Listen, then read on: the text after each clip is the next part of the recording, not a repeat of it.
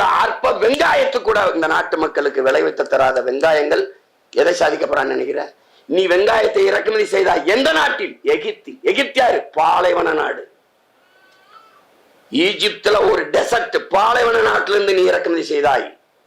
அவன் மணலை தள்ளிட்டு இங்கிருந்து கப்பல்ல மண்ணை கொண்டு போய் பாலித்தீன் சீட்டை விரிச்சு அது மேல மண்ணை கொட்டி அதுல வெங்காயத்தை விளைவிச்சு உனக்கு ஏற்றுமதி செஞ்சுட்டான்.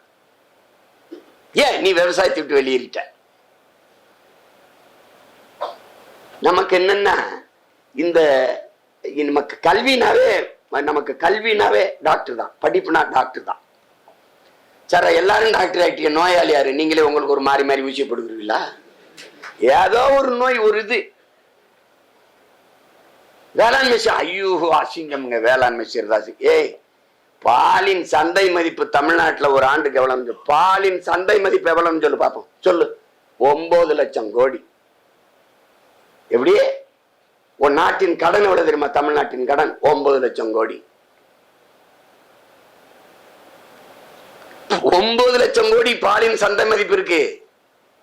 நீ அங்க வராம 50,000 கோடிக்கு சாராயத்தை எல்லாரும் சாகடிச்சுக்கிட்டு இருக்க. சாராய பொருளாதாரத்தை நிக்கிறேன். நீ எது எது எங்க பொருளாதாரம் இருக்குன்னு தெரியல, உனக்கு தெரியல. நான் வேளாண்மை செய்யறது அரசு பண்ணி அப்படிங்கிறது. ஆடு மாட்டுக்கு ஊசி போடுறவர், நாய்க்கு ஊசி போடுறவர், கோழிக்கு ஊசி போடுறவர்லாம் வெட்னரி டாக்டர், அவர் கவர்மெண்ட் எம்ப்ளாயி. எப்படி? ஆடு மாட்டுக்கு ஊசி போடுற டாக்டர் கவர்மெண்ட் எம்ப்ளாயி. ஆடு மாடு வளர்க்குற எங்க ஆத்தால போய் கவர்மெண்ட் எம்ப்ளாயா இருக்கக்கூடாது. இந்த அரசு வீட்டுக்கு ஒரு பசுமாடு, வீட்டுக்கு ஒரு நாட்டுக்கோழி கொடுக்கும். ஏன்? வறுமையை போக்கணுங்க. நீ வீட்டுல வளர்க்க சொல்லி கொடுக்கிறாய், நான் நாட்டுல வளர்க்கிறேங்கிற. தட்சாலி ஒரு ஆனார். இதுல என்ன பிரச்சனை உங்களுக்கு? என்ன பிரச்சனை? நீ வீட்டுக்கு வீடு வளர்ங்குற, நான் நாட்டுல வளர்க்கிறேங்கிற. அவ்வளவுதானே. உலகத்துக்கு சாப்பாடு ஓடுகிற வேளாண்மை அரசு தொழிலா இருக்கக்கூடாது. ஆனா சாராயம் ஊத்தி கொடுத்து சாகடிக்கிற தொழில் கவர்மெண்ட் வேலை. டாஸ்மார்க்ல வேலை செய்யறவன் போய் ஒரு தடவை அண்ணன் என்ன படிச்சிருக்கீங்கன்னு, எம்எஸ்சிப்பா. என்ன படி அண்ணன்? எம்பிப்பா. என்ன சிரிக்கிற? போய் டாஸ்மார்க்ல அண்ணன் சொன்னு போய் சரக்கு வாங்கிறாத, கேளு, போய் கேளு. என்ன என்ன படிச்சிருக்கீங்கன்னு கேளு. என்னவோ நீ நினைச்சுக்கிட்டு இருக்க? சாராயம் ஊத்தி வைக்கிறது கவர்மெண்ட் வேலை. உனக்கு ஒரு நோய் இருக்கு. அரசு அறக்காசுனால அரசாங்க காசு இருக்கணும், காக்காசுனால கவர்மெண்ட் காசா இருக்கணும். அந்த அறக்காசும் காக்காசும் கவர்மெண்ட் கொடுத்ததே நீதாங்கிற என்ன உனக்கு வரமாட்டேங்குது. ஒரு காலம் வரும், வேளாண்மை அரசு பணி, ஆடு மாடு வளர்த்தல் அரசு பணி. அன்பு தம்பி, எல்லாருமே தங்கைகளே, 1 கிலோ கறி 1000 ரூபாய். 1 கிலோ கறி 1000 ரூபாய். பால் பயன்படுத்தாத குடும்பங்கள் கிடையாது. பல வடிவத்தில், தயிராக, மோராக, நெய்யாக, வெண்ணெயாக, பாலாடை கட்டியாக, எல்லாம். உனக்கு பால் எங்கிருந்து வருது? உன் மனச்சான்ற சொட்டு சொல்லு. யாராவது படிச்ச பிள்ளை, உனக்கு எங்கிருந்து பால் வருது? ஆந்திராவில இருந்து. உன் மாநிலத்துக்கு கறி எங்கிருந்து வருது? ஆந்திராவில இருந்து. ஏன் நீ ஆடு மாடு வளர்க்கல? ஆவின் பால் விற்கிற அரசு ஏன் வளர்க்கல? ஆனா என்ன? மாடு ஏன் வளர்க்கல? கேடில் விழிச்செல்வம் கல்வி ஒருவருக்கு மாடல்ல மற்ற எவைங்குது தமிழன் வேதம், திருக்குறள். கல்விதான் ஒருவனுக்கு உயர்ந்த செல்வம், ஆனால் மாடும் நம் செல்வம்ங்கிறார் வள்ளுவ பெருமகனார். நல்லா நீ எல்லாம் சிரிப்பா, என் மாடு மேய்க்க சொல்றான்டே. எங்க ஐயா அப்துல் ரஹ்மான் ஒரு கவிஞர் இருந்தார், கவிக்கோ அப்துல் ரஹ்மான். அவர் சொல்றாரு, ஏன்டா ஆடு மாடு வளர்க்கறதுக்கு நீ ஒரு அறிஞன் சொல்றான், அந்த மாதிரி வேளாண் பேரறிஞர் ஒரு சொல்றான், ஆடும் மாடும் நடமாடும் வங்கிகளடாங்கிறான். நடமாடும் மொபைல் பேங்க் என்கிறது நீ புரிஞ்சுக்கணும். நீ இன்னும் பிறக்கும் போது டாக்டர் இன்ஜினியரா பிறந்தேன ராஜா. முதல்ல நீ செய்த வேலை வேட்டையாண்ண சொன்னாங்கல்ல நம்முடைய முத்தமிழனை. எங்க? குறிஞ்சி முல்லை மருதம் நெய்தல் பாலை. பாலை இயற்கை திணை இல்லை, அது செயற்கை திணை.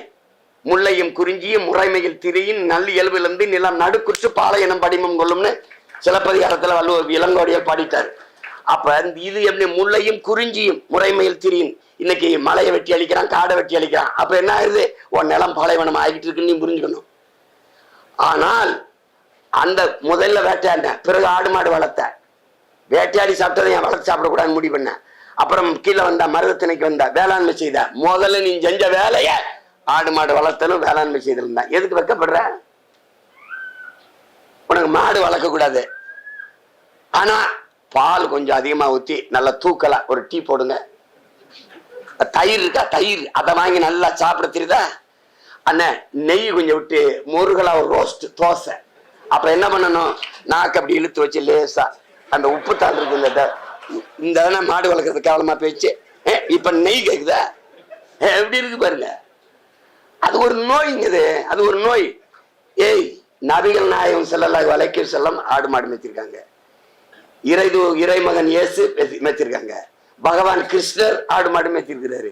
ஐயா கவி அப்துல் ராமச்சரடை கிருஷ்ண பரமாத்மா மேய்ச்சிருக்காரு, நபிகள் நாயகம் மேய்ச்சிருக்காரு, இயேசு பிரான் மேய்ச்சிருக்காரு, இவங்கெல்லாம் மேய்ச்சிருக்காங்கடா. உனக்கு என்னடா ஆடு மாடு வளர்க்கறதுல அவ்வளவு வச்சிங்க அப்படி சொல்றாரு. ஆடு மாடு மேய்க்கிறதுக்கும் ஞானத்துக்கு ஏதோ சம்பந்தம் இருக்குடா, ஒரு தடவை மேய்ச்சி பாரு, அவனுக்கு அறிவுறதான் பார்ப்போங்கிற. அப்படி அதுல உனக்கு ஒரு குற்ற உணர்வை வச்சிடறான், ஒரு தாழ்வு மனப்பானை வச்சிடறான். அதனால அது இழிவுன்னு நீ வெளியேறிட்ட. இப்ப 100 நாள் வேலை திட்டம், விவசாயத்தை மூடிட்டான். அன்னைக்கு 1 ஏக்கர் 2 ஏக்கரை ஒரு நாள்ல அறுத்தான், இன்னைக்கு 1 ஏக்கரை 7 நாள்ல இருக்கிறான். ஏன்னா ஆள் இல்ல.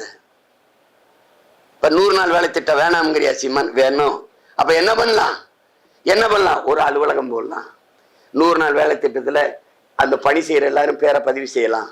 நான் ஒரு விவசாயி, எனக்கு 50 ஆள் தேவைப்படுது, நெல்ல இருக்க, நான் முதல்ல பதிவு செய்யறேன், எனக்கு ஒரு 50 பேரை அனுப்புங்க. அது ஆண் பெண் பிரச்சனை இல்லை, சாப்பாடு நான் போட்டுருவேன், வண்டி நான் அனுப்பி கூட்டிட்டு போயிடுறேன், கருத அறுத்து வெளியில வச்சு கட்டு வச்சு களத்துல சேர்த்தவொடனே 500 ரூபா கூலியை கொடுத்துட்றேன். நீங்க அரசு எவ்வளவு கொடுக்குறீங்க?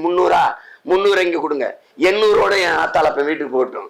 வறுமை ஒழியுது, உழைப்பு உடல் ஆற்றல் உழைப்புல ஈடுபடுத்தப்படுது, உற்பத்தி பெருகுது, வறுமை போகுது. அதானே மனிதனின் அறிவாற்றல், மனிதனின் உடலாற்றல் உழைப்பில் ஈடுபடுத்தப்பட்டு உற்பத்தியை பெருக்கிற நாடுதான் வாழும் வளரும். சும்மா உட்கார்ந்து இருக்கிறது சம்பளம் கொடுக்கிற நாடு இல்ல.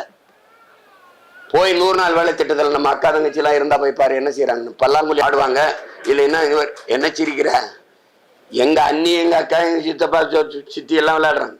ஆம்பளை எல்லாம் எல்லாம் காட்டுக்குள்ள சீட்டாடுவாங்க, பெண்கள்லாம் உட்காந்து பல்லாங்குழி இல்ல தாய்க்கட்டை விளையாடிட்டு பவுடர் டப்பா புட்டாமெல்லாம் எடுத்துட்டு போயிடுறாங்க. இந்த இதெல்லாம் இந்த சீப்பு கண்ணாடிலாம் அப்படியே தலையை வாரிட்டு சரியா 1 மணி ஆனவொன்னே வந்துடுவாங்க. இது காசு. நான் ஒண்ணு கேட்கிறேன், எங்க ஐயாவோட பிறந்த நாளைக்கு 85 மரக்கன்று நட்டான். ஒரு நாள் உங்க அண்ணன் கையில இந்த அதிகாரம் வரும்போது நீ மரக்கன்று ஒவ்வொரு வயசுக்கும் ஒவ்வொரு மரக்கன்று நடணும். எங்க ஐயா 85 வயசுல 85 மரக்கன்றுகள். நம்ம ஐயா துணைவேந்தர் சொல்றாங்க 3000 4000 மரம் 5000 மரம் நட போறோம். இந்த பாரு உனக்கு ஒண்ணு சொல்றேன், ஒரு மனிதனுக்கு சராசரி 422 மரம் வேணும். உனக்கு இருக்கா? ஒரு கார் வெளியிடுகிற நச்சு புகையை கட்டுப்படுத்த 6 மரங்கள் தேவை. எத்தனை லட்சம் கார்கள், எத்தனை கோடி கார்கள் ஓடுது, எவ்வளவு மரம் இருக்குன்னு நீண்டி பார்த்துக்க. கனடாங்கிற ஒரு நாட்டில் ஒரு மனிதனுக்கு 10,000 மரங்கள் இருக்கு. அதுபோக அந்த நாட்டின் பிரதமர் சொல்றார் இன்னும் 100 கோடி மரங்கள் நட உத்தரவிட்டிருக்கேன். நீ கிளீன் இந்தியா வச்சிருக்கியா? உன்கிட்ட இருக்கா? நீ இங்க உட்காந்துட்டு புவி வெப்பமாயிடுச்சா நீ ஆக்குனியா? உனக்கு தலையில வெயில் அடிச்சா என்ன பண்ற? கொடை பிடிக்கிற. பூமி தாய்க்கு வெயில் அடிச்சா என்ன பண்ணும்? கொடை பிடிக்கணும். கொடை எது? மரம் மண்ணின் வரம், வளர்ப்பதே மனிதாரம். உங்க அண்ணன் முதலமைச்சர் ஆயிட்டுன்னு வச்சுக்க, நீ என்ன பண்ணுன்னா 10 மரம் நட்டால் 10 மதிப்பெண்கள் பிராக்டிக்கல்ல போடுற. அவன் 100 மரம் 200 மரம் நட்டு சான்றிதழ் வாங்கினா வேலையில, அரசு வேலையில முன்னுரிமை. அவன் குருதி நிறைய கொடுத்திருந்தான், உடல் உறுப்பை தானம் பண்ணியிருந்தான், செத்துட்டான், அரசு மரியாதையோட அடக்கம். அவனுக்கு போடா சிறந்த தமிழ் தேசிய குடிமகன் விருது 5 லட்சம். நல்லாரா, கள்ளச்சாராயம் குடிச்ச செத்தாரடா, இந்த வேலை செஞ்சாலும் 10 லட்சம் பணம் இருக்குடா, போடா. சொல்ல வேண்டியதானே, அதை செய்யறதுக்கு என்ன உனக்கு பிரச்சனை? என்ன பிரச்சனை? போ, ஒரு மரக்கண்ட நடு. உன் முன்னோர்கள், உன் குலதெய்வ பேரவை, உன் முன்னவன் யார்? மருது பாண்டியரா, வேலுநாச்சியாரா, தீரன் சின்னமலையா, பூலித்தேவனா, அழகுமுத்துக்கோனா, சுந்தரலிங்கனாரா, பாபு சிதம்பரனாரா, காமராஜரா, கக்கனா, முத்துராமலிங்க தேவர் தாத்தாவா? பேரை வச்சு வாழ. மரத்தோட பேசு. நான் சொன்னேன், சிரிச்சான். எங்க அப்பா மரத்தோட பேசினார், நம்மால் வந்து சிரிக்கிறான். மரத்துக்கு காது கேட்குமாங்கிற. டே கேக்கும்பா, எப்ப கேட்கும்? அதுக்கு உணர்ச்சி இருக்கான ஒரு ஒரு ஒரு அறிவு உயிர் தானேப்பா தொட்டாச்சு. நீங்க ஏப்பா தொட்டா சுருங்குது? உணர்ச்சி உயிர் இருக்குப்பா, அதுக்கு உணர்ச்சி இருக்குப்பா, உணர்ச்சி இருக்கு. ராமராஜ அண்ணன் பாட்டு பாடி பால் கறந்தாதுங்கிற சிரிக்கிறிய, அது சயின்ஸ்ல, அது அறிவியல்ரா, அது உயிரியல் உண்மை. நீ மாட்டை கட்டி போட்டுங்கன்னா பட்டாசை வெட்டி டம்னு அதிர சத்தத்துக்கு அத்துக்கிட்டு ஓடுதா இல்லையா, வெறிக்குதா இல்லையா மாட்டை, ஹே அப்படின்னா அப்படி பயப்படுது, பா பா பா பண்ண வருது, தெரியும்டா, அதுக்கு புரியும்டா. கோபமா இருக்கான், அதற்றா, அன்பா கூப்பிடுறான்னு தெரியும். அப்ப அது இருக்கிற பட்டாசு சத்தத்துக்கு வெடித்து ஓடுகிற மாடு மெல்லிய இசையை ரசிக்குமா ரசிக்காதா? அதை நீங்க கேட்கணும். நீ ராமராஜன் இந்த காலத்துல எங்கடா பாட்டு பாடினு? எது அறிவியல், எது உயிரியல், எது இயற்பியல், எது வேதியியல், ஒரு இளவும் தெரியாது.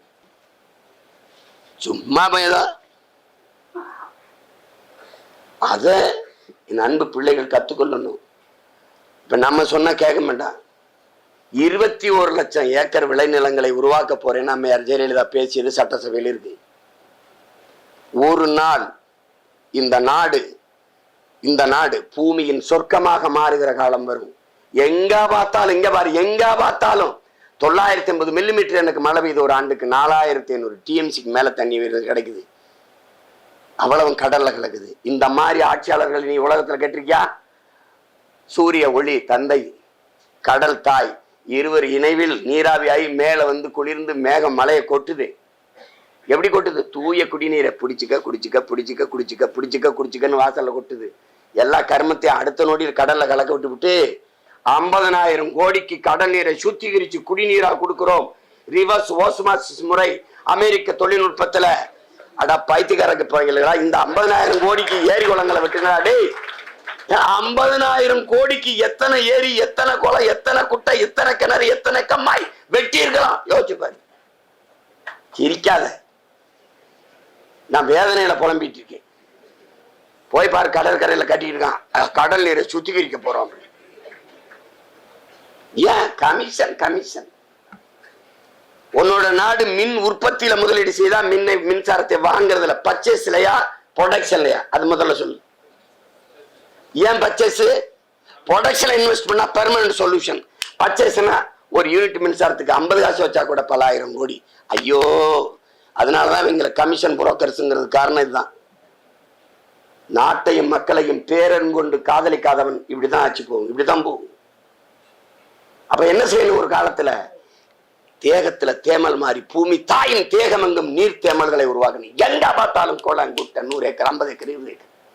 எங்க அப்பாவுடைய கனவே கூட்டு வேளாண் பண்ணைகளை உருவாக்குது. 1000 ஏக்கர் 2000 ஏக்கர் 3000 ஏக்கர் 500 ஏக்கர்ல கூட்டு வேளாண் பண்ணைன்னா இங்க உள்ள வந்துச்சின்னு வச்சுக்க, வாத்து மேஞ்சுக்கிட்டு இருக்கோம். குளமா, குளத்துல மீன், அது மேல வாத்து, அங்கேயா ஆடு மாடு மேயும், அந்த கழிவு அப்படியே உரமாகும். எருமை, நீ உலகத்துல கருப்பா இருக்குன்னு எருமை நிராகரிச்சிட்ட, அது பால் தான் ரொம்ப சுவையா இருக்கும். பஞ்சாபுக்கு போ, பஞ்சாபுக்கு லஸ்ஸின்னு ஒண்ணு கொடுப்பான். லஸ்ஸி குடித்தேன், பசி இல்லை, அவ்வளவுதான்.